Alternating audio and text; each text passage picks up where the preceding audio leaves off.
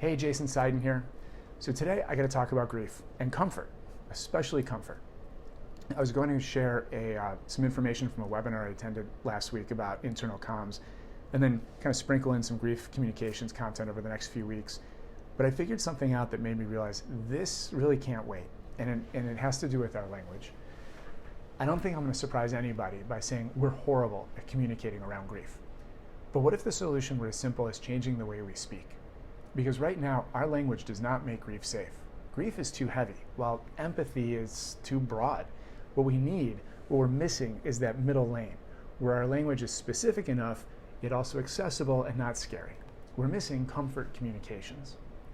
Now, the good news is that as a society, we're starting to get a floor under us when it comes to providing comfort. Over 50% of companies now offer an employee wellness program. And we're expected to grow the number of mental health counselors in the US by 22% in the next decade to about 430,000. That's all amazing. But there are 154 million of us coworkers at large out there. We outnumber the future number of counselors by at least 358 to 1. And our daily conversations are still creating more stress and sadness than comfort. Meaning, if we don't figure out how to communicate for comfort fast, we're going to overwhelm those mental health workers to the point where they'll never be able to catch up. People need comfort, yes, from professionals, and also from each other too. And we can't improve our ability to have a comfort conversation fast enough. Personally, I have a deep understanding of the impact of these conversations and the positive impact they can have. When my daughter Elle died, I was working at one of the most progressive employee-centric companies on the planet, literally a #1 place to work, and even there was a gap in how they handled grief.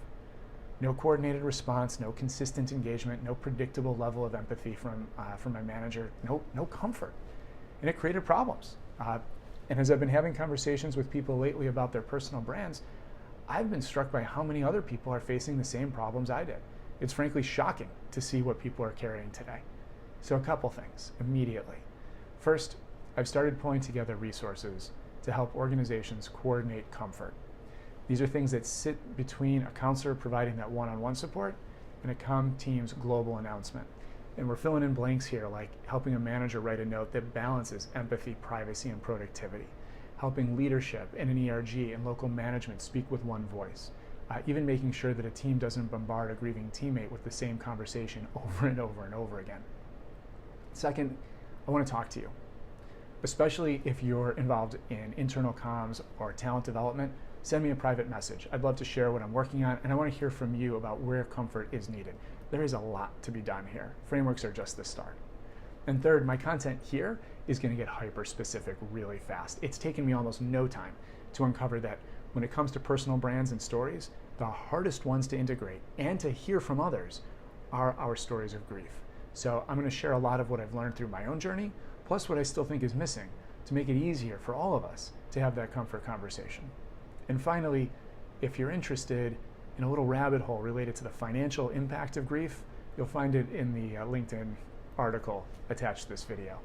And that's it. That's all I got. I love you. It's going to be okay. Comfort's coming. I'll see you next week.